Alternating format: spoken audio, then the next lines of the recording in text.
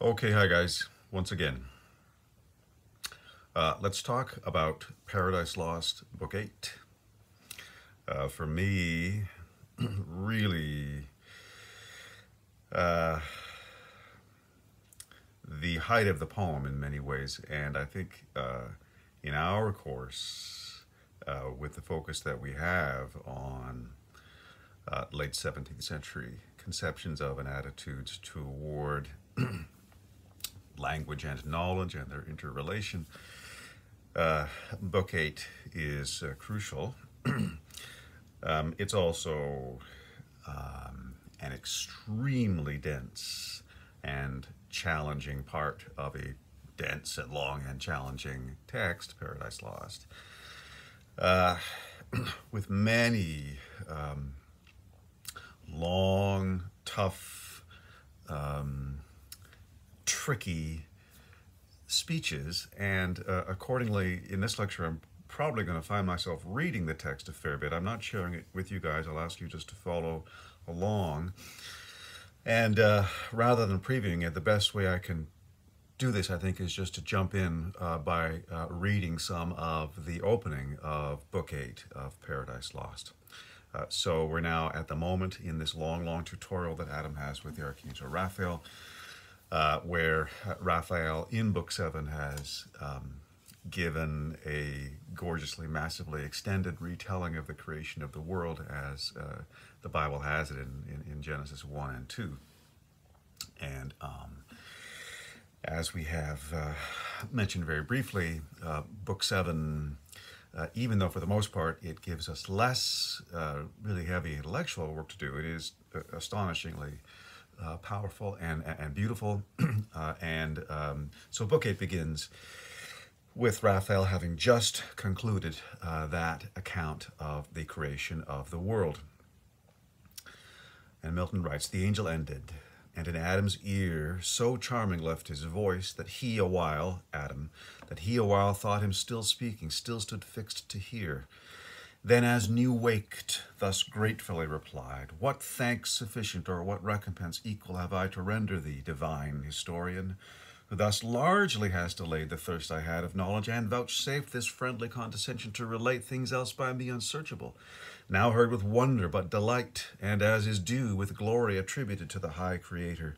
Something yet of doubt remains, which only thy solution can resolve. When I behold this goodly frame, this world of heaven and earth consisting, and compute their magnitude, this earth a spot, a grain, an atom with the firmament compared, and all her numbered stars that seem to roll spaces incomprehensible, for such their distance argues, and their swift return diurnal, merely to officiate light round this opacous earth, this punctual spot, one day and night. In all their vast survey useless besides, reasoning I oft admire how nature, wise and frugal, could commit such disproportions, with superfluous hand so many nobler bodies to create, greater so manifold, to this one use for aught appears, and on their orbs impose such restless revolution day by day repeated, while the sedentary earth, that better might with far less compass move, served by more noble than herself, attains her end without least motion, and receives as tribute such a sumless journey brought of incorporeal speed, her warmth and light, speed to describe whose swiftness number fails." Book 8, lines 1 through 38, the first of these many incredibly long, beautiful, difficult speeches that we are going to make our way through as we read this part of Paradise Lost. What's happening here? Well, Adam is seeking to extend, for one thing, his wondrous archangelic tutorial, and as we will see, he will make several more attempts, successful attempts, to extend this classroom experience. And that is to say, of course, that Adam is trying to learn more. As he says so wonderfully there early in that speech, Raphael, that's at line 7, Raphael has largely allayed his thirst for knowledge. Largely, so in large part, not fully. So if we think back again to that amazing image of the thirsty traveler at the beginning of Book 7, whose liquid murmur heard new thirst excites, the idea of thirst for knowledge as perhaps insatiable, and that image of the stream, of course, being an image of ceaseless dynamic plenitude. We have being entered into evidence, so to speak, right here at the beginning of Book 8, the question or set of questions that we've already considered in Paradise Lost, which is, of course, the relationship between knowledge and paradise. How much is enough? How much is too much? Is there too much? As Adam learns more and more, expanding like some cognitive balloon, is there actually a natural or inevitable point at which the balloon bursts, and is that the fall? Again, that is a thought which emerges for us as readers of Paradise Lost naturally, and I suppose inevitably. It's a thought that I do want to hold out and frame and underline as a question for this point. But in any case, so we begin Book 8 with Adam wanting to know more, even more.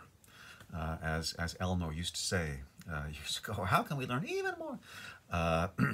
Adam wanting to learn more. From that point, the other thing, of course, that's happening in this amazing opening question of Adam's in Book 8 has to do with what he wants to learn about. What's he asking about in this question that he's posing to Raphael? Well, the subject matter that Adam is identifying here as one that he wants to pursue right now is an extremely important one. We could even say a uniquely important one for the whole shape of knowledge in the 17th century and for the emergence of the set of knowledge practices that we call now scientific, those practices of observation and experiment and mathematization that emerged, at least in a new way, in Western Europe in the 17th century. Adam is asking what we can call, in period terms, the question concerning heavenly motions. In other words, he's asking the question of how the cosmos actually works, and he is expressing a fundamental and a very productive doubt about the way in which the cosmos seems to work. And for cosmos, we could even just think solar system. The system of Earth, Sun, visible planets, the ones, the planets that you can see as bright objects moving through the sky, Moon, etc. How does this system actually work? And of course, from the perspective of an earthbound observer like we are, the system seems to work in such a way that we are seated on a kind of stationary object, and all this stuff, including the sun, revolves around us.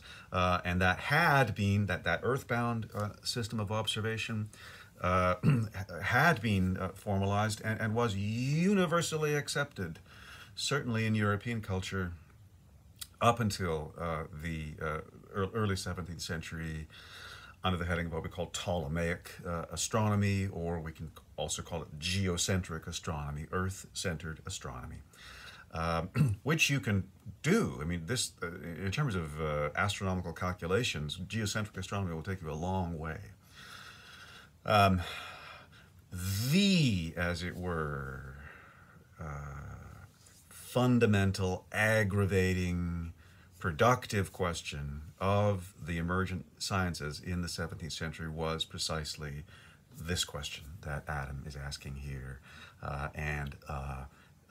To put it in the crudest way we can, it was a question posed by Copernicus, then by Kepler, then by Galileo, and then, of course, with the whole consequence of Newtonian geophysics and astronomy. It's the question that we can kind of pose in one word, like, really? Can it really be the case that we are the center of the universe? Can it really be the case that that sun, massive as it must be to warm us the way it does, can it really be the case that that sun and the whole cosmic system revolves around us every single day?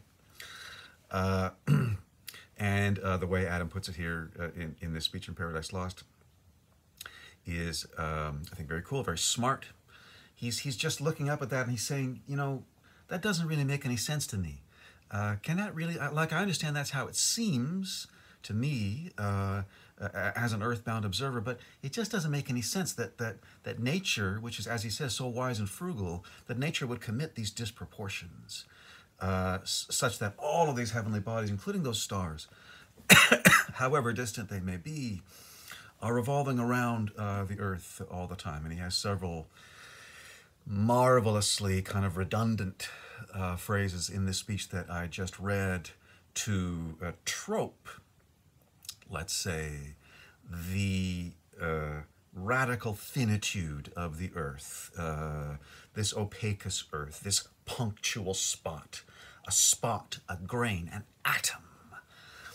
How can it really be the case that the whole cosmic system is there just for this atom of the earth and revolves around it all the time? So, as I was saying, several notable points. One, the most basic one, simply that Adam is seeking to extend this classroom experience, seeking to know more. Within that general point, he is seeking to know more precisely by asking, if you like, the question of the new sciences in the late 16th and then mid-17th centuries, the question concerning heavenly motions. That's an advanced question, as it were. The question that Adam is asking would not really be asked until the 17th century.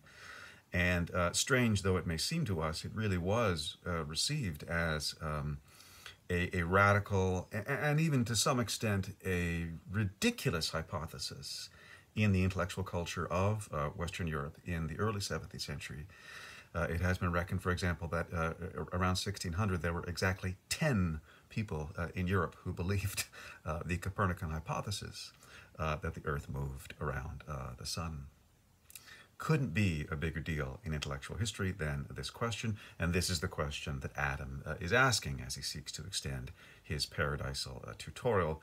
Another point that we can make, and to step a little bit back from the rather difficult intellectual history territory that we are trespassing on right now, and back onto safer kind of literary critical territory, we can cast our eye backwards over Paradise Lost a little bit, and we can ask, well, where does this question even come from for Adam? And well, he's not giving any credit to her in this speech in Book 8, but I think it's pretty clear that he has a very important research assistant, and that's Eve.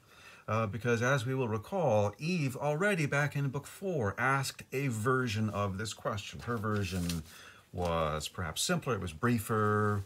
Wherefore shine all these when night hath shut all eyes? She asks Adam in Book 4 when they're on their way to bed talking about the stars. And you guys will recall, I hope, that Adam gives her a kind of wonderfully / terribly mansplainy answer. He doesn't have any idea what the answer to her question is, but it's a kind of funny. I mean, he kind of pretends that he does. But the cool thing, I think, is that it's as though, when we come here to Book 8, it's as though that productive, irritating, troubling question that Eve asked back in Book 4 has been gnawing at Adam all this time. So he comes out with it in a longer and perhaps more closely considered version, based seemingly, as I said, on his own observations and his capacity to deploy doubt, a rational doubt about his observations based on his understanding of how the world fundamentally seems to work and is proportioned, how nature seems to work.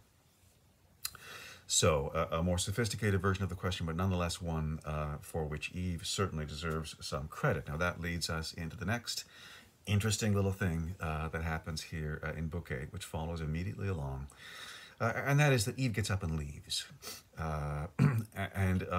When Eve gets up and leaves, after Adam asks his question concerning heavenly emotions, one thing that happens, of course, is that we are reminded that Eve has been there all along. Now, Milton, since Book 5, has declined to kind of tap us on the shoulder. Adam's doing all the talking, or well, Raphael's doing most of the talking, but Adam is asking the questions that make Raphael talk.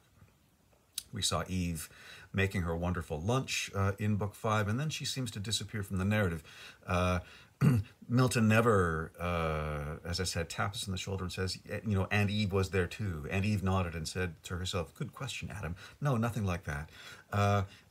In Book 8, we are reminded that Eve has been there all along, because in Book 8, at line 40-45, the narrator carefully tells us that Eve gets up to go tend her flowers. And what we are to make of this, I think, is something that we can discuss further in seminar. I suppose we could quite validly say that Eve has kind of slipped out of Milton's imagination, so she is treated in a marginal way there. Perhaps alternatively, we could say that Milton has sort of dared us not to notice that Eve has not yet gone anywhere. He's dared us to suppose that when the boys are talking, the ladies withdraw. But in fact, that has not happened until now in Book 8, when Eve does leave. And we can then note how she leaves and why she leaves. And this I will read from line 39. So Adam has just finished posing his question about heavenly motions. The narrator says, so spake our sire, and by his countenance, his face, and by his countenance seemed entering on studious thoughts abstruse, which Eve, perceiving where she sat retired in sight, with lowliness majestic from her seat and grace that one who saw to wish her stay, rose, and went forth among her fruits and flowers to visit how they prospered, bud and bloom, her nursery. They at her coming sprung, and touched by her fair tendons gladlier grew. Yet went she not, as not with such discourse delighted, or not capable her ear of what was high. Such pleasure she reserved, Adam relating, she sole auditress. Her husband the relator she preferred before the angel, and of him to ask chose rather. He, she knew, would intermix grateful digressions, and solve high dispute with conjugal caresses. From his lip not words alone pleased her. And we can pause there. Why does Eve leave the tutorial at this point? Well, the narrator tells us very carefully, not because she's not smart enough to understand what's going on. Absolutely not. Not because she's not interested. She is. Rather because she prefers to hear it from Adam later on. And we can come back to that in seminar and discuss exactly what we are to make of that idea. But if Eve thinks Raphael talks a lot and isn't her kind of person, maybe she's not completely wrong about that.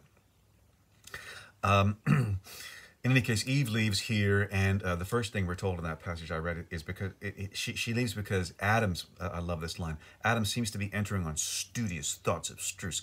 Adam's putting his really serious face on, and Eve gets up, I'm going to go, tend my flowers. She goes to tend her flowers. They gladly grow. It's one of the many amazing moments, subtle but striking moments in Paradise Lost, when the whole garden seems to be kind of suffused with eroticism. Those flowers rise to meet Eve, if you like. And a final point, which of course does not, as it were, unpack this passage, but gives us things to talk about. Later in this exchange with Raphael, as we're going to see, and as you guys no doubt have noticed in your reading, Raphael is going to give Adam some advice in which Raphael certainly seems to be very, very confident. And in fact, it's advice that is noted even in the argument to Book 8. Adam inquires concerning celestial motions, is doubtfully answered, and exhorted to search rather things more worthy of knowledge. Things more worthy of knowledge. Well, that's one way of putting it. The phrase that Raphael deploys, of course, is the imperative that he gives Adam is be lowly wise. Be lowly wise. Don't worry about what's going on up there. Pay attention to what's going on down here. Well, we will want to talk, I think, about how we are supposed to take Raphael's advice there. But if it is good advice, then we're going to have to note that Eve is already following it here before it has been given. She is precisely being lowly wise in the sense that she is going to tend her flowers rather than think about these very serious and complex questions of heavenly motions. Okay.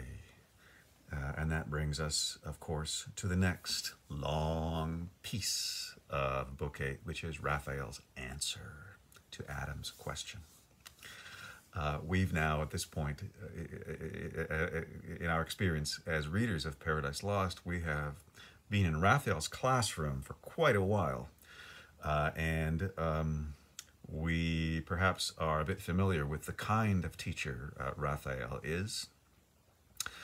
And of course, you guys understand much more painfully and acutely than I do right now that in your student life you acquire a kind of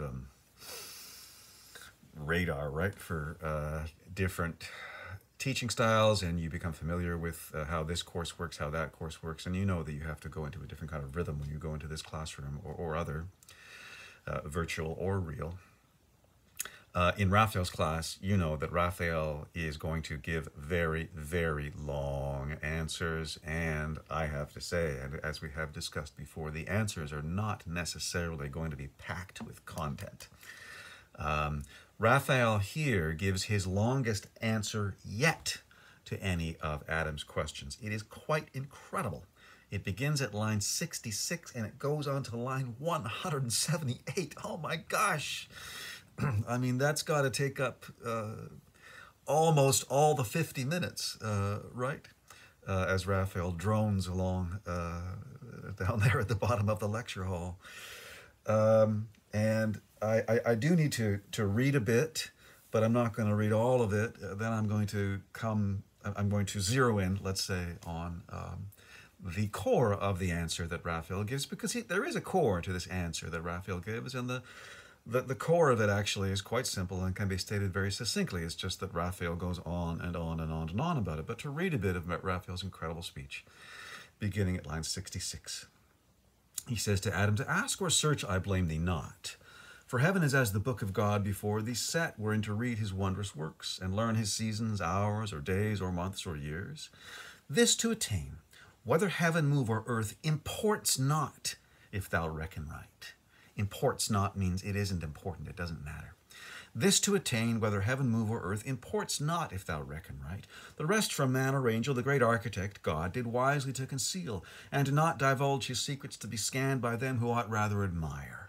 Or if they list to try conjecture, he his fabric of the heavens hath left to their disputes, perhaps to move his laughter, their quaint opinions wide hereafter, when they come to model heaven and calculate the stars, how they will wield the mighty frame, how build, unbuild, contrive to save appearances, how gird the sphere with centric and eccentric scribbled oars, cycle and epicycle, orb in orb. And what Raphael is talking about there in those complex and beautiful lines is the very very complicated and rich development of geocentric astronomy in European natural philosophy up to the later 17th century. And it is just an astonishingly rich and fascinating business because if you posit the model that the Earth is the center of this cosmos that revolves around us, and you want to use that to perform astronomical calculations, you can absolutely do that. It will totally work. But there's several areas in which there are very, very delicate, complex fudges that you have to do, having to do, for example, with observations of certain planets. Sometimes planets will seem to move backwards if you're observing them from night to night. So you need to come up with as I said, fudges. ways to save the appearances, as Raphael says here.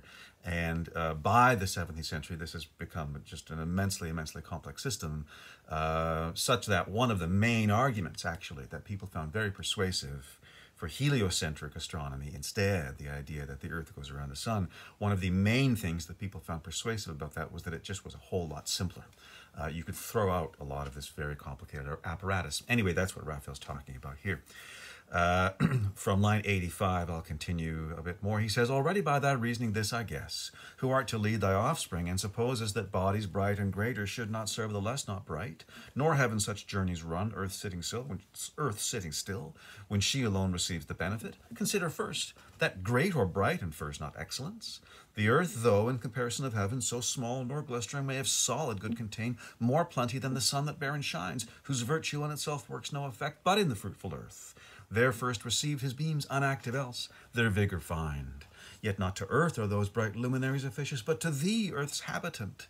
And for the heaven's wide circuit let it speak the Maker's high magnificence, who built so spacious, and his line stretched out so far, that man may know he dwells not in his own, an edifice too large for him to fill, lodged in a small partition, and the rest ordained for uses to his Lord best known. And that only takes us down to line 106 in a speech that is going on, as I said, all the way to line 178. And I'm going to stop my reading of it there, because I don't want Raphael's pedagogy to overtake mine.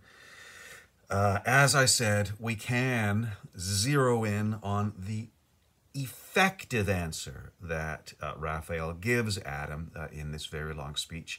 The effective answer that he gives, the core of the answer, again, it's very simple. It can be stated very succinctly, and yet Raphael says it several times, I would say 4 times in this speech. The first we've already mentioned back at line 70, this to attain, whether heaven move or earth, imports not if thou reckon right. If you think about it correctly, it doesn't matter. That's the answer to Adam's question concerning heavenly motions, the question of the 17th century. Down at line 114, Raphael says, again, line 114, he says, but this I urge, admitting motion in the heavens, to show invalid that which thee to doubt it moved. Not that I so affirm, though so it seemed to thee who hast thy dwelling here on earth, God to remove his ways from human sense, placed heaven from earth so far, that earthly sight, if it presume, might err in things too high and no advantage gain. So, to paraphrase, it's not quite, it doesn't matter, but it's, that version of Raphael's answer is perhaps something more like, yeah, it's hard to say. You know, that's the answer. Line 159, as we make our way toward the end of this incredible speech. Line 159, Raphael says, but whether thus these things, or whether not, whether the sun predominant in heaven rise on the earth, or earth rise on the sun, he from the east his flaming road begin, or she from west her silent course advance with inoffensive pace that spinning sleeps on her soft axle, while she paces even and bears thee soft with the smooth air along, solicit not thy thought with matters hid. Leave them to God above. Solicit not thy thought with matters hid. So, I guess I oversimplified slightly a moment ago. The first operative answer that we saw Raphael give is very clearly, it doesn't matter. The second version was something like, I don't know. The third version of the answer is this one that he's giving here. Solicit not thy thought with matters hid. Don't worry about that. Okay? Don't worry about that. Solicit not thy thought with matters hid. And that's the version on which Raphael concludes the speech. From line 170 and down to line 178, Raphael tells Adam, joy thou in what he, God, in what he gives to thee, this paradise and thy fair Eve. Heaven is for thee too high to know what passes there. Be lowly wise. Think only what concerns thee and thy being. Dream not of other worlds, what creatures there live, in what state, condition, or degree, contented that thus far hath been revealed, not of earth only, but of highest heaven. And that's where Raphael ends his very long answer to Adam's very smart and even for the late 17th century, even by the time Milton is writing Paradise Lost, still quite an advanced question. If you walk down the street in London in 1674, you're certainly going to be bumping into lots of people who assume that they are, as earthbound beings, they are on a stationary object at the center of the universe that the sun and the other heavenly bodies revolve around. So, where are we, you guys? In the paradisal classroom, and with Adam's attempt to know more and more and more. Well, we're at a point where Adam has again asked a question, a very, very, I think, smart question, based partly on an idea he got from Eve in Book 4, partly on his observation of the world around him, the Book of God, as Raphael calls it, partly on the operation of his reason and judgment on that evidence, that empirical evidence, with the spark of the idea he got from Eve. Adam, to wrap that all up, Adam has asked a very, very good question, I think, and certainly a real question in the sense of a question to which he really wants to know the answer. Raphael's answer?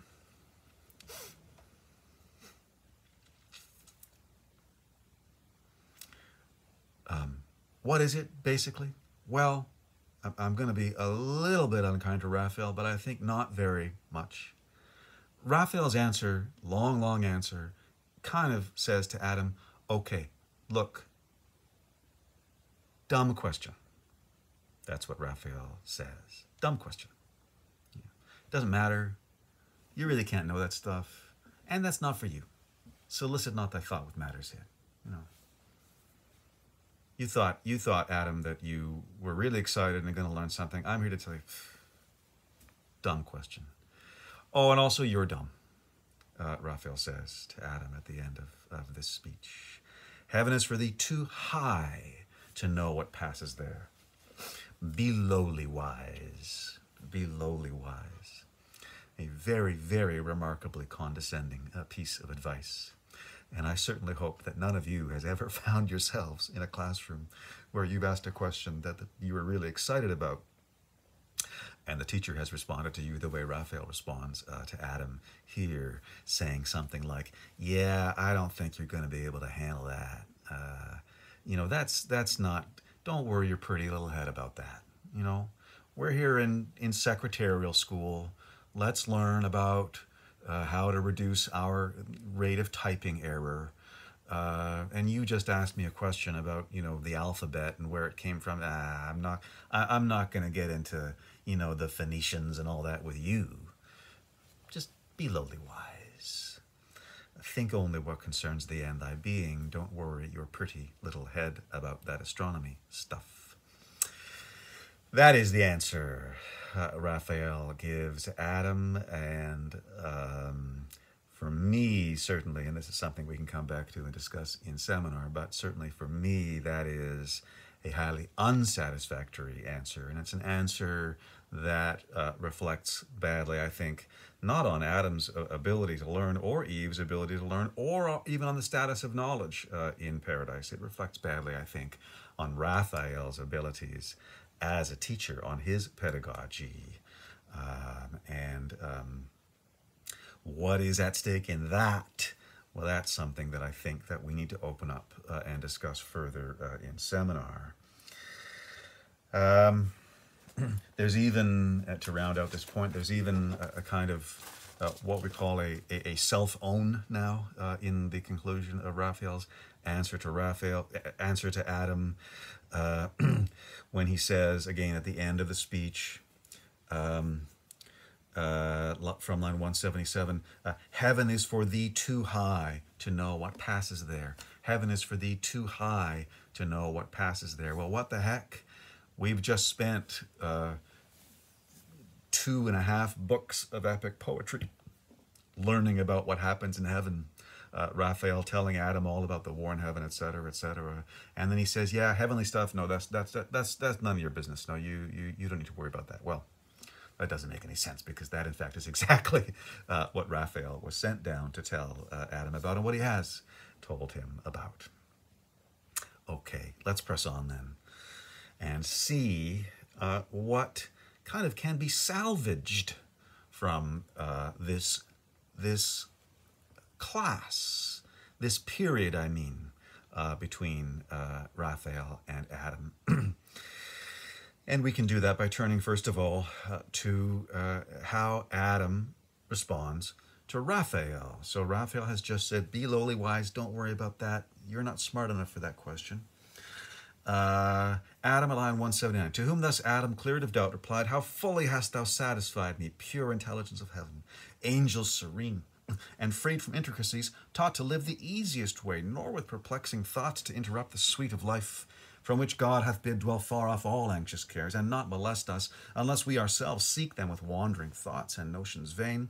But apt the mind or fancy is to rove unchecked, and of her roving is no end, till warned, or by experience taught, she learned that not to know at large of things remote from use, obscure and subtle, but to know that which before us lies in daily life is the prime wisdom. What is more is fume, or emptiness, or fond impertinence, and renders us in things that most concern unpracticed, unprepared, and still to seek.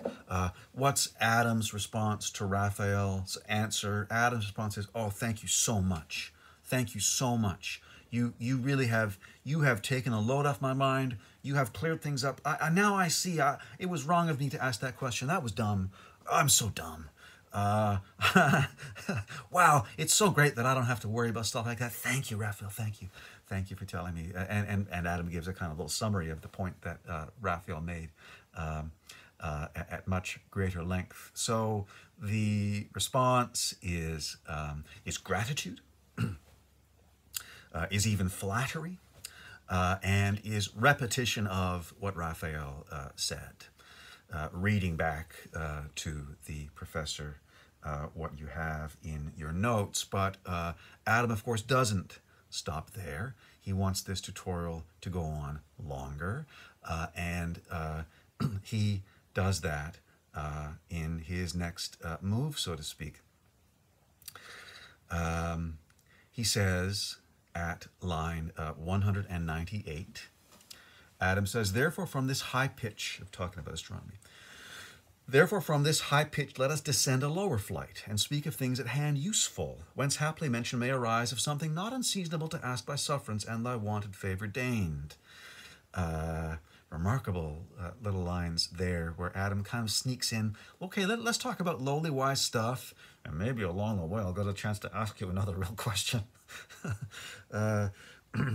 But he goes on, line 203. Thee I have heard relating what was done ere my remembrance. Now hear me relate my story, which perhaps thou hast not heard, and day is yet not spent. Till then thou seest how subtly to detain thee I devise, inviting thee to hear while I relate. Fond were it not in hope of thy reply, for while I sit with thee I seem in heaven, and sweeter thy discourse is to my ear than fruits of palm tree, pleasantest to thirst and hunger both from labour at the hour of sweet repast. They satiate and soon fill, though pleasant, but thy words with grace divine imbued bring to their sweetness no satiety. Stunning, I think, lines which reconnect us to the ongoing question of the relationship between knowledge and paradise, the question of whether there is a kind of quantitative relationship. Is there a too much knowledge in paradise? What Adam says here very explicitly is, when I'm listening to you, it's sweeter than eating after a hard day's work. So knowledge, learning, is is troped by Adam as better than cake, better than mangoes, whatever, and more importantly, it brings no satiety. Adam says you can just get more and more and more and more, and you're never full, and that feeling of never being full of knowledge is itself pleasurable.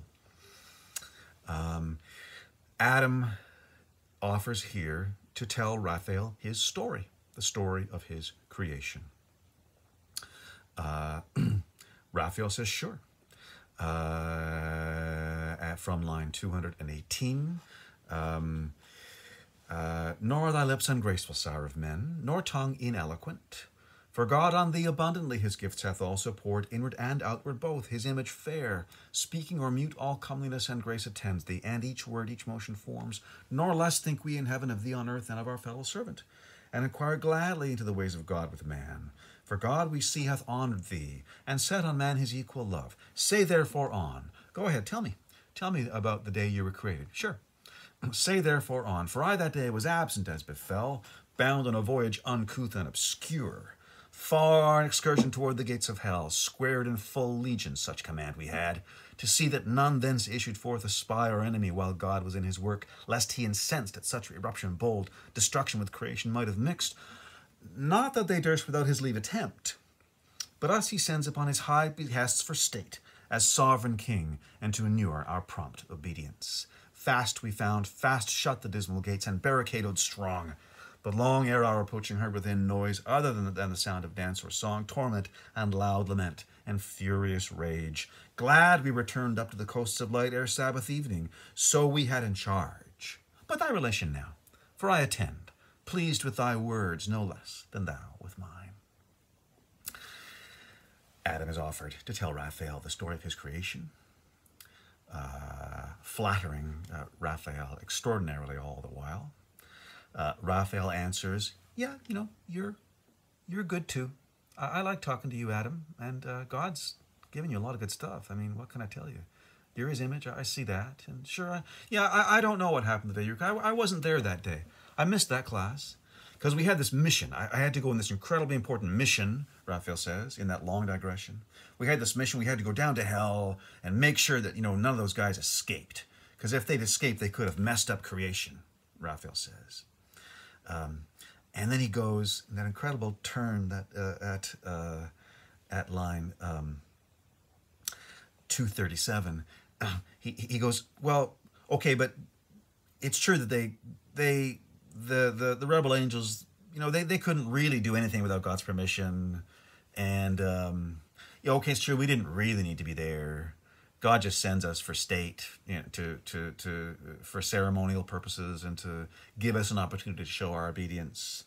So, I had this really important mission the day you were created. I guess, well, actually, okay, it wasn't really important because I don't want to suggest that God needs me because that's ridiculous because he's omnipotent.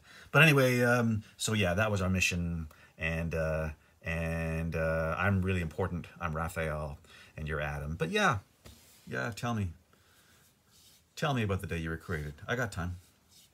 Pleased with thy words no less than thou with mine.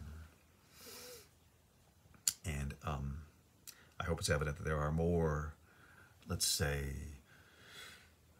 chords being played there that we need to discuss in seminar, having to do with Raphael's authority, having to do with what angels do, having to do with pride, maybe, and having to do, I think, with the rather condescending attitude that Raphael takes toward Adam.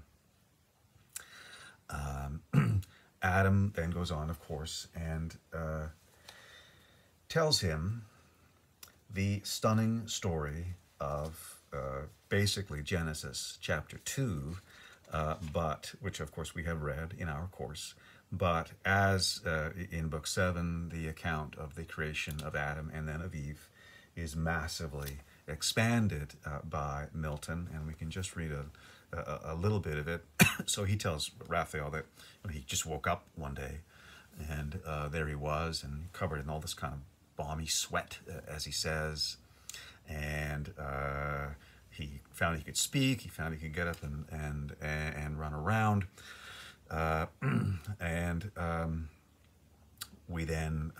he then tells Raphael that after this initial kind of running around in paradise, Adam thought, well, so he got very sleepy, and he goes to sleep thinking, oh well, that was a good life. That's the thought that Adam has at that point. He's been alive and conscious for a couple of minutes. He falls asleep and he thinks he's going back into non-being, but no, instead he is brought into the Garden of Eden, created outside the garden, of course, a symbolically important detail of the Genesis story, created outside the garden, then brought into it by God. And I'm going to read a little bit now, well, more than a little bit, I'm afraid, from line 313, when God appears himself to Adam in the Garden of Eden. So, we've just seen Raphael telling Adam all about God. Raphael, in his authority and majesty as an archangel. We're now learning, Adam's telling Raphael that he, Adam, already met the big guy. In fact, met him on the very first day of his existence, and he, Adam, had a long, extended, face-to-face dialogue with the big guy. Who from among the trees appeared, presence divine. So I'm looking at line 314 now. Excuse me. Rejoicing but with awe, Adam says. In adoration at his feet I fell submiss. He reared me, and whom thou soughtst I am, said mildly. Author of all this thou seest above or round about thee or beneath. This paradise I give thee, count it thine, to till and keep, and of the fruit to eat. Of every tree that in the garden grows, eat freely with glad heart, fear here no dearth. But of the tree whose operation brings knowledge of good and ill, which I have set the pledge of thy obedience and thy faith amid the garden by the tree of life, remember what I warn thee. Shun to taste, and shun the bitter consequence. For know, the day thou eatst thereof, my sole command transgressed, inevitably thou shalt die. From that day mortal, and this happy state shalt lose, expelled from hence into a world of woe and sorrow. Sternly he pronounced the rigid interdiction, which resounds yet dreadful in mine ear, though in my choice not to incur. But soon his clear aspect returned, and gracious purpose thus renewed. Not only these fair bounds, but all the earth to thee and to thy race I give, as lords possess it, and all things that therein live, or live in sea, or air, beast, fish, and fowl. In sign whereof each bird and beast behold after their kinds. And I'm going to pause there. We've just seen Raphael banging the nail on the head about the prohibition, the interdiction, Milton's word here, on the tree of knowledge of good and evil. Banging the nail on the head about being obedient to God and not violating his command. Over and over again, Raphael has made that point. Adam now is telling Raphael and telling us, yeah, well, I learned that already. God told me that on the very day that I was created, and he told me very, very clearly about obedience, about this one tree that I'm not allowed to eat from, Eve's not allowed to eat from, and it was pronounced very, very sternly and rings in my ear, even though I have absolutely no intention of doing that. So what I'm suggesting is that we are seeing emerge in Adam's response to Raphael a tremendous undercutting of the whole lesson, the whole lecture that Raphael has read. A lecture about obedience with lots of other kind of extraneous material mixed in there, but that is the point that Raphael comes back to over and over again. Adam now, in effect, is saying, yeah, I learned that in another class.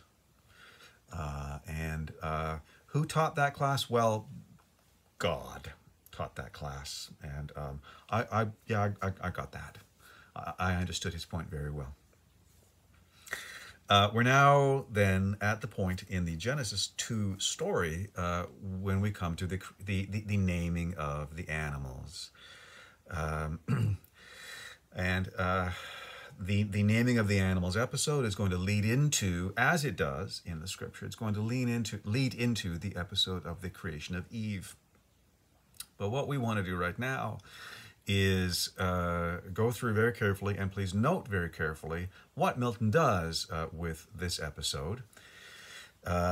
So we're looking now at line 342. God has just said to Adam, you're in charge of everything, including all of the things that live in sea or air, beast, fish, and fowl. In sign whereof, so line 342 now, in sign whereof each bird and beast behold after their kinds. I bring them to receive from thee their names, and pay thee fealty with low subjection. Understand the same of fish within their watery residence, not hither summoned, since they cannot change their element to draw the thinner air. And I love that little that little narrative difficulty that Milton has, that Adam needs to name the fish too, but that's tricky because they swim, and so God says, yeah, you're naming the fish too, even though they're not part of this particular parade. As thus he spake, line 349. As thus he spake, each bird and beast behold approaching two and two. These cowering low with blandishment, each bird stooped on his wing. I named them as they passed, and understood their nature. With such knowledge God endued my sudden apprehension. Now, I'm not actually going to say anything about those lines I just read, other than to note that we want to discuss in seminar what exactly happens there, what Milton says exactly happens there when Adam names the animals. There was, as we have discussed much earlier in our course, a persistent belief, or even just kind of assumption of early modern intellectual culture, that the language Adam had spoken in paradise might perhaps have been different from language as we have experienced it since, ever since Genesis 11, the story of the Tower of Babel. Maybe Adam's language was a language that nature itself understood. Maybe Adam's language was what we can think of as an essential language, what they would call a natural language, using that phrase in a different sense from the way that we use it today. Was Adam's language one that really named things the way they were, such that if you had the words of that Adamic language, you would gain a renewed or a special kind of power over creation, or a special relationship with creation? This idea of the Adamic language sits very deep, actually, in the Baconian program for linguistic reform in the 17th century. And very deep in the whole general idea that we have talked about a great deal over the last now almost 12 weeks, about human language as it is experienced by us being in some fundamental and irreconcilable way broken or imperfect, that being the legacy of Genesis 11. But that very brokenness, the pieces of the teapot lying on the pavement, held out the tantalizing possibility of being able to put them back together again. And if you could do that, would you attain something like the language that Adam had in paradise? Not exactly the same, but something that might regain some of the operative power that language perhaps had. So there is, in that Genesis 2 tradition, a profound, tantalizing relationship between the Word and the world, let's say, to use those cliche terms. Milton sets that up in passing here, but I think in a very careful way. I named them as they passed, and understood their nature. With such knowledge God endued my sudden apprehension. And again, all I want to do with that right now is draw a circle around it and say, let's talk about that in seminar. What is Milton's idea about the role, the status of language and of naming the animals in paradise? So that's my very vague treatment of this moment of Bouquet, but I certainly hope that it strikes you guys as something that we will want to discuss and workshop. But for us right now, what we can do, I think, more usefully is go on and see what happens next, because what happens next in this exchange between Adam and Almighty God is really quite incredible, I think. But in these, Adam says, all these animals, in these, line 354 now, I found not what methought I wanted still, and to the heavenly vision thus presumed. Oh, by what name, he says to God, oh, by what name? And the relationship between God and name also being something for us to discuss. Oh, by what name? For thou above all these, above mankind, or aught than mankind higher, surpassest far my naming. How may I adore thee, author of this universe, and all this good to man, for whose well-being so amply and with hands so liberal thou hast provided all things? But with me I see not who partakes. In solitude what happiness? Who can enjoy alone? Or all enjoying what contentment find? Thus I presumptuous, and the vision bright, as with a smile more brightened, thus replied, What callest thou solitude? So this is God speaking to Adam now. What callest thou solitude? Is not the earth with various living creatures and the air replenished, and all these at thy command to come and play before thee? Knowest thou not their language and their ways? They also know and reason not contemptibly. With these find pastime and bear rule. Thy realm is large. So spake the universal Lord, and seemed so ordering. So what has happened here in Milton's expansion, his creative reiteration of this aspect of the Genesis 2 story? Well, Adam has named the animals. He's surrounded by birds and beasts and fish in their watery residence, like a kid alone in the zoo. But he has then immediately turned to God and asked for more, saying in that passage that I just read, okay, where's my other one? With me I see not who partakes. These animals have come two by two, Mr. Turkey and Mrs. Turkey, Mr. Meerkat and Mrs. Meerkat, and so on and so forth. Adam sees that parade going by. He names them all, and he's like, well, where's my, so I'm alone, he says to God. And God gives that amazing answer, which is basically, what do you mean? You're not alone. Look at all these guys running around, playing in front of you. Meerkats, turkeys, cockroaches, elephants, lions. You got them all. You got nothing but friends. And they're not dumb. They also know and reason not contemptibly. With these find pastime and bear rule. Thy realm is large. That's God's initial answer to Adam's request, for he does not know what. Adam is asking for Eve here, but Adam doesn't even realize that he's asking for Eve. All Adam knows and grasps is that there's a lack. There's something missing. And he expresses that sense of something missing to God, and God's initial answer is, no, there's not. This work is done, right? You've got all of your playmates. And there's even, I think, a suggestion, using that word playmate, there is a suggestion that Adam should, find pastime of whatever kind he wants among these animals with his large realm and in it.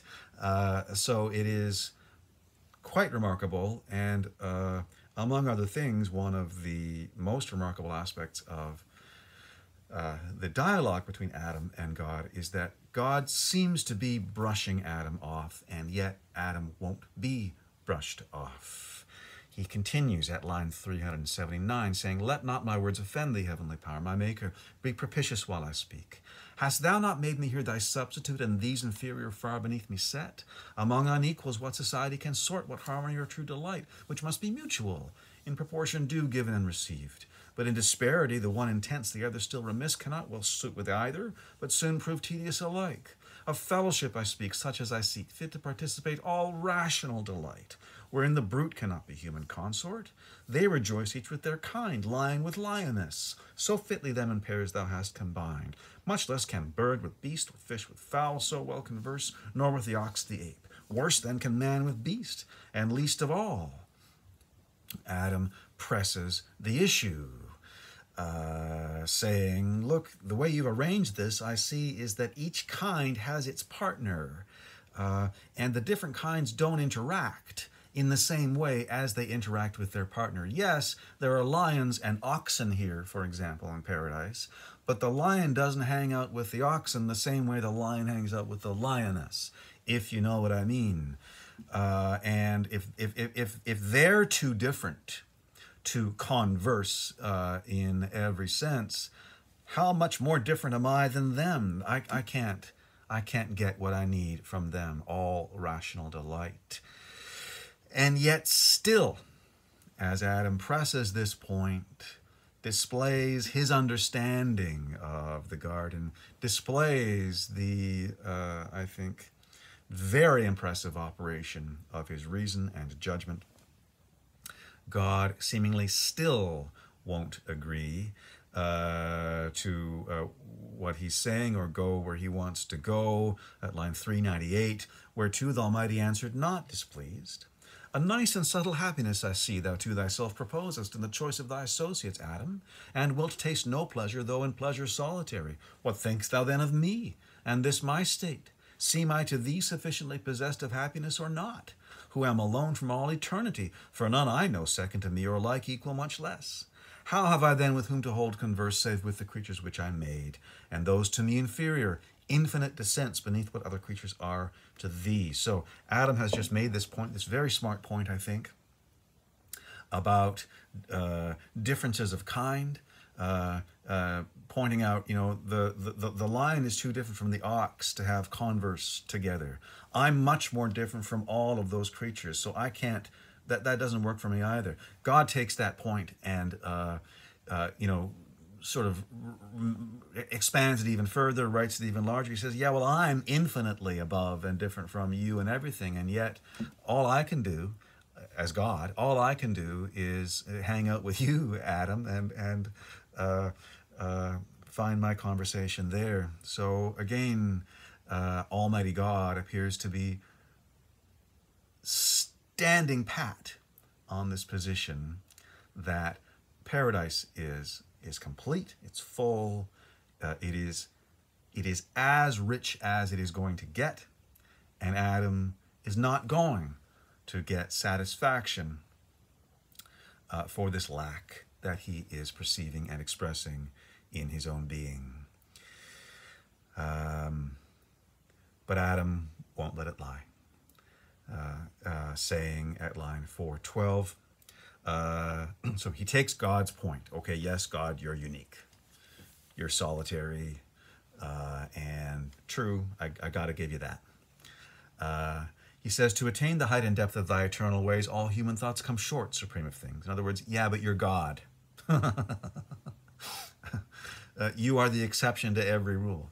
To attain the height and depth of thy eternal ways, all human thoughts come short, supreme of things. Thou in thyself art perfect, and in thee is no deficience found. Not so is man, but in degree the cause of his desire by conversation with his like to help or solace his defects. No need that thou shouldst propagate, already infinite, and through all numbers absolute, though one.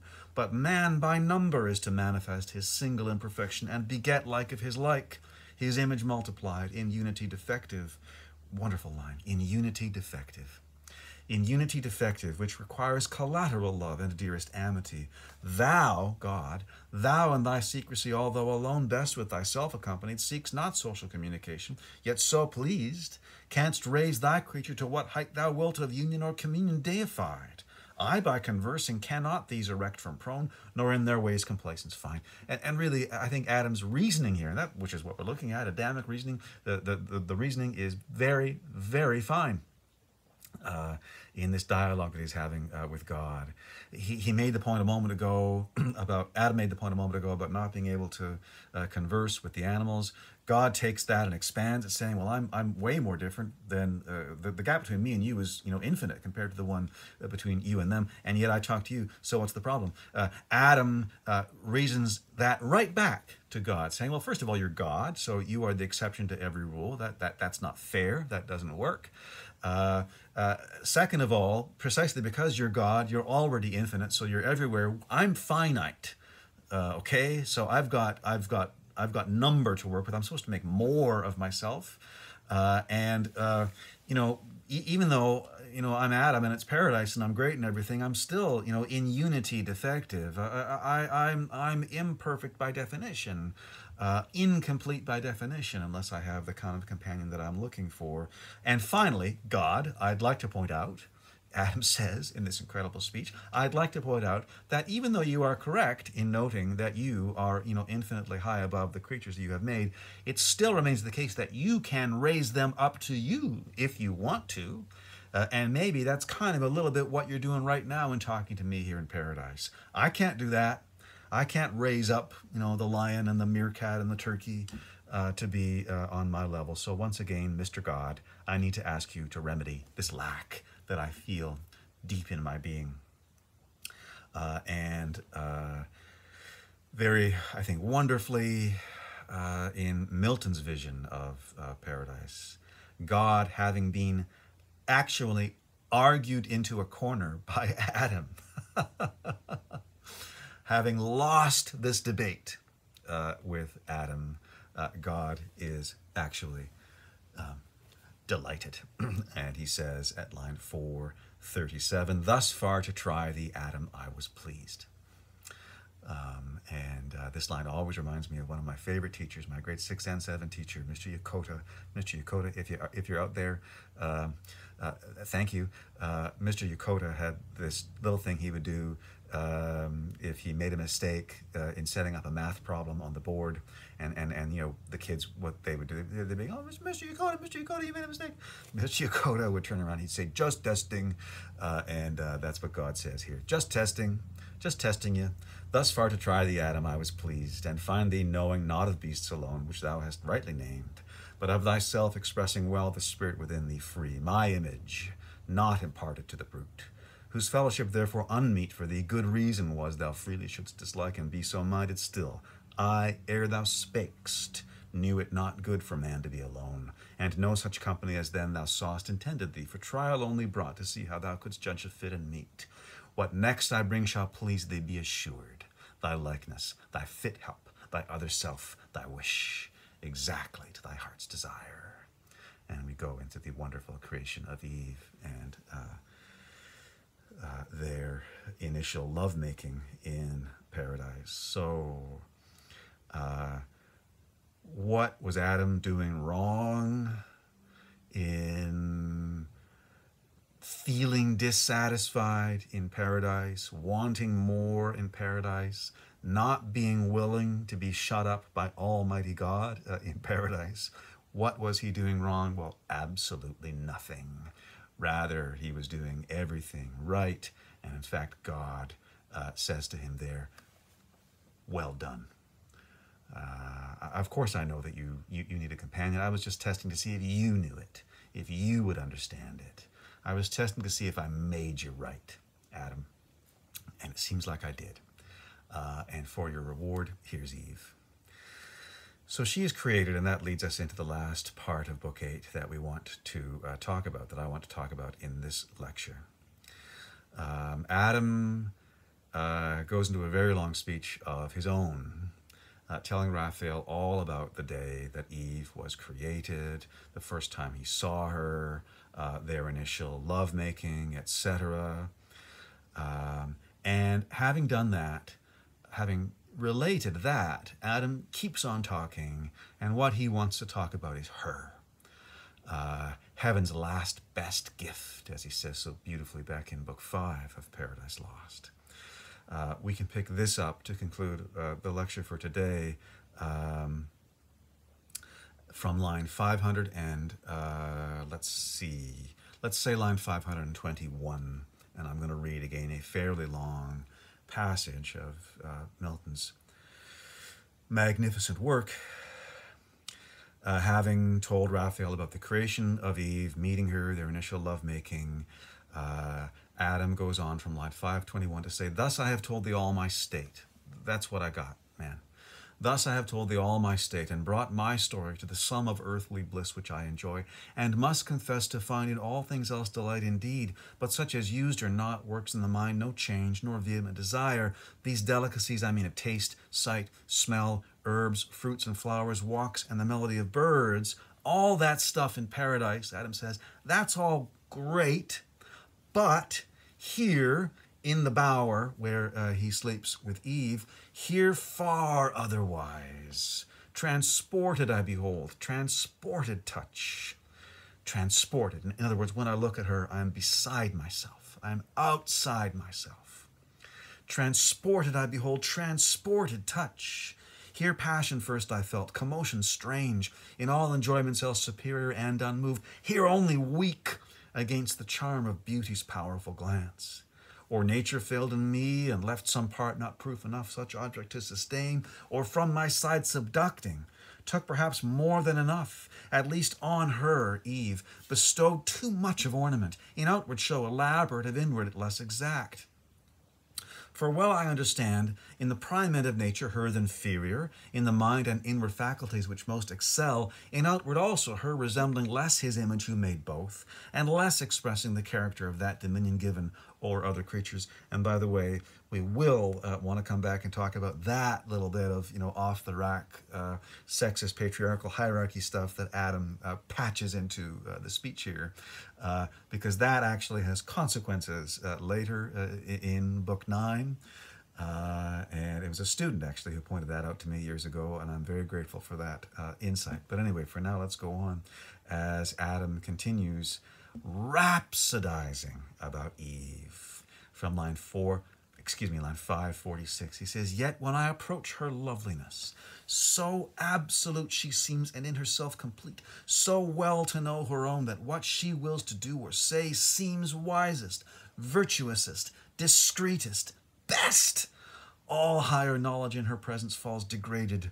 Wisdom in discourse with her loses discountenanced, and like folly shows.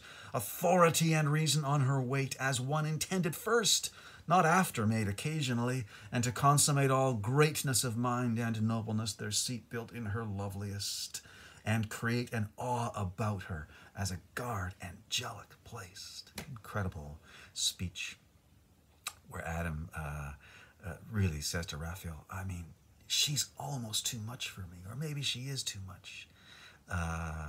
It seems like, she is so incredibly beautiful and awesome. It seems like God meant to make her first, he says. That incredible thought. Whatever she says seems right to me. Whatever she wants to do, I want to do. Adam is, again, beside himself in talking about Eve. And I even love the rhetorical effect that Milton builds into this speech back at line 548 to 50, or 549 to 50, when he says, "What she, Eve, what she wills to do or say seems wisest." Wisest. That isn't really a superlative form that we have. We would say most wise, wisest, and then it gets worse in that line. Virtuousest, just an awful word. Discreetest, and finally, Adam, like he's at a loss for words completely. All he can wind up with in that line is best. His rhetoric actually falls apart. The poetry falls apart. As he attempts to say how incredibly awesome he finds Eve. She makes him go crazy. That's what he says. And then we get Raphael's very remarkable and very famous response, and we're almost at the end of our look at the poem for today. So Adam has just gone through that whole, when a man loves a woman speech about Eve, ending on that incredible image of the awe about her, like a guard angelic placed. Line 560, "To whom the angel with contracted brow." Contracted brow. In other words, Raphael responds to Adam with a frown, contracted brow.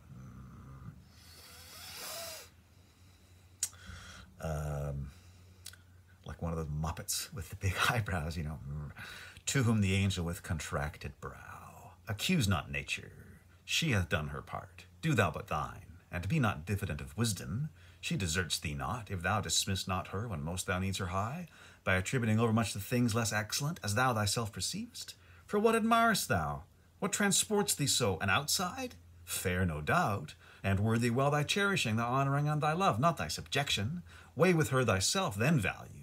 Ofttimes nothing profits more than self-esteem, grounded on just and right, well managed. Of that skill the more thou knowest, the more she will acknowledge thee her head, and to realities yield all her shows, made so adorned for thy delight the more, so awful, that with honour thou mayst love thy mate, who sees when thou art seen least wise. But if the sense of touch, whereby mankind is propagated, seems such dear delight beyond all other, think the same vouchsafe to cattle and each beast, which would not be to them made common and divulged, if aught therein enjoyed were worthy to subdue the soul of man, or passion in him move. What higher in her society thou find'st attractive, human, rational, love still. In loving thou dost well, in passion not, wherein true love consists not. Love refines the thoughts, and the heart enlarges, hath his seat in reason, and is judicious. Is the scale by which to heavenly love thou mayst ascend, not sunk in carnal pleasure, for which cause among the beasts no mate for thee was found. Raphael's incredible and really quite cross scolding of Adam at that point for being too into Eve, for digging her too much and seeing her as too important. And what Raphael says to Adam there is basically, get a grip, man. And be the man. You're the important one, not her. And, you know, if you act like the boss, she'll treat you like the boss. The more she will acknowledge her head, and to realities yield all her shows. You know, yeah, she's driving you crazy with, okay, admittedly, there's no negligee or anything, but, you know, she's got you, you know, coming and going. She's got you wrapped around her little finger. You've got to take control, Adam. Get a grip, Raphael says to Adam in this incredible speech. And paraphrasing further, you've got to get a grip, Adam. And by the way, this sex thing that you're like losing it over, that sense of touch, come on, you got to reckon that God gave that to the animals too. It's not that important. You're making way too much of that. Look, the point of this love thing, Raphael says, it's rational and judicious. It's not supposed to be this passion thing. No. That's not good. And that's why God didn't mate you with one of the animals. For which cause among the beasts no mate for thee was found. If God had wanted you really to care about carnal pleasure, Adam, Raphael says, he would have given you a sheep or whatever. But he didn't. He gave you this rational being, and that means that you got to get a grip, get control. Raphael's slap down of Adam. And now we are almost at the end, of course, and appropriately almost at the end, we come to, I think, the most remarkable element in the whole long tutorial between Raphael and Adam, which again is Adam's answer to Raphael's scolding. And Milton uses this wonderful phrase, half abashed, to describe how Adam responds to Raphael, to whom thus half abashed Adam replied. He just got a dressing down from an archangel, so yes, he's a bit abashed, but half abashed, and certainly not going to leave it there. We recall, I hope, Adam's answer to Raphael's, we recall, I hope, Adam's response to Raphael's answer concerning heavenly emotions, which was really no answer at all, other than, that's a dumb question and you're too dumb for that material. Adam answered Raphael with this wonderful kind of acceptance and flattery. Oh, you're so right. Thank you so much for saying that. That's not how he responds to Raphael here.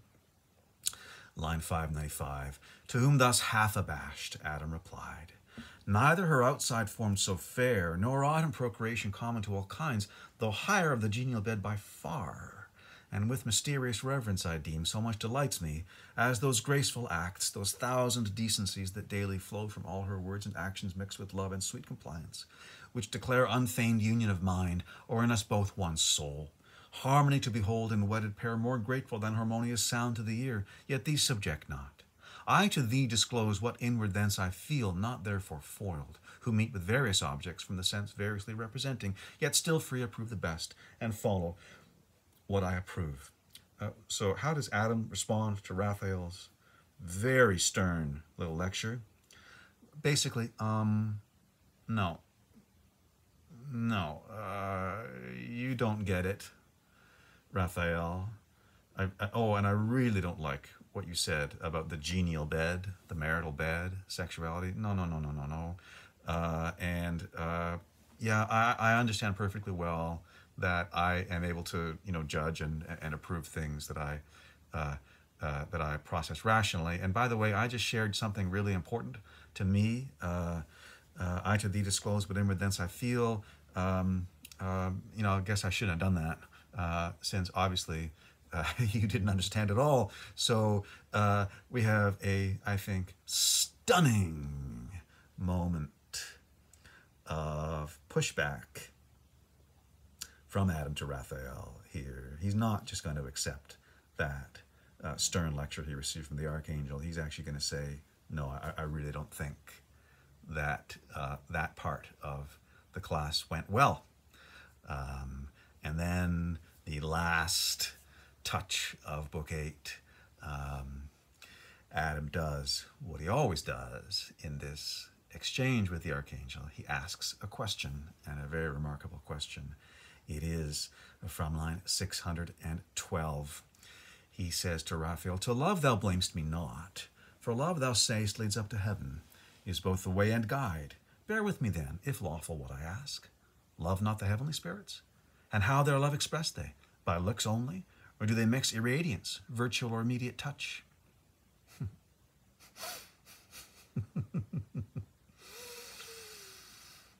Adam says they're okay. So Raphael, you say love is good, and you gave me a whole kind of Neoplatonic lecture on love there. So love is good. Okay, I get that, and I agree with that.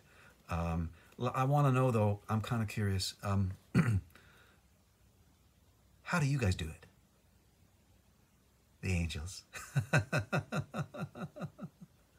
Because I, Adam, perceive a total continuity between this heavenly love that you're talking about and what I feel from Eve and with Eve.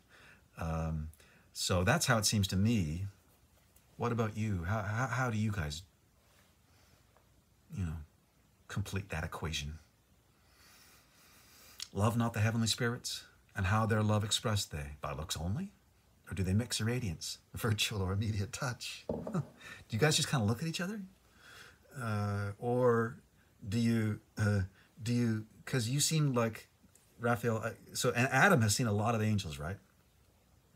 And Milton thinks of them as having these kind of spiritist bodies. It's kind of like a hologram walking around. Adam asks, so when you guys love, do you just is it just like you just gaze in each other's eyes, or do you kind of mix those Casper the Ghost bodies that you have? And this is a very, very famous moment in Paradise Lost Book 8, and one I can tell you that is endlessly actually confuted by and controversial within the cohort of Milton scholars worldwide, some of whom insist that the way I'm going to say we need to read this is not the way we need to read it, but I don't see how else to read it. To whom the angel with a smile that glowed celestial rosy red, love's proper hue, answered. What happens there? The angel glows a smile that glowed celestial rosy red. What happens there in the traditional reading is that Adam actually makes Raphael blush, which is pretty amazing, I think. And he says, "Let it suffice thee that thou knowest us happy, and without love no happiness. Whatever pure thou in the body enjoyst, and pure thou wert created, we enjoy in eminence. And obstacle find none of membrane, joint or limb, exclusive bars. Easier than air with air, if spirits embrace, total they mix. Union of pure with pure desiring, nor restrained conveyance need as flesh to mix with flesh, or soul with soul. But I can now no more. The parting sun beyond the earth's green cape and verdant isles Hesperian sets my signal to depart." And Raphael is out of there. Adam asks this amazing, mischievous question, how you guys do it? Raphael answers, first of all, with a blush, and then says, well, it's like what you do, except way better. And the reason it's way better is because we don't have bodies. So when we make love, it's just like air mixing with air. And that's like, you can't even imagine. Oh, and I gotta go. Adam's puckish question, his mischievous kind of sex education question, sends the teacher fleeing. And we can perhaps close on the idea that Raphael ends with and leaves on, which is the idea of angelic sex as being really great precisely because it has no bodies. And we'll talk about this more in seminar. Milton is kind of working with, riffing on, perhaps even to some extent, mocking the discourses of Neoplatonism in early modern culture. But as John Donne will point out to us, in erotic matters, human beings, I think, really never find themselves saying, gee, I wish we didn't have these bodies. That's just not how it works. So that's where Book 8 ends, and that's where we can end our look at Book 8 today. I hope that the lecture has given us lots of stuff to talk about in seminar on Thursday, and without in any way wrapping up to a final point, we can just note that in Book 8, again, we are looking at the height of Milton's vision for the relationship between knowledge and paradise. What is a paradisal attitude toward knowledge and learning? And that question in turn involves questions about authority, and I think also questions about the relationship between our bodily experience, our lived experience, including sensual experience, and the rational or cognitive activity that we think we are engaged in when we are in a classroom and trying to expand our minds. That's the stuff that's on the table for us in Paradise Lost Book 8, and we will talk about that lots more on Thursday. Okay, thank you very much as always for your attention, and I'll see you then.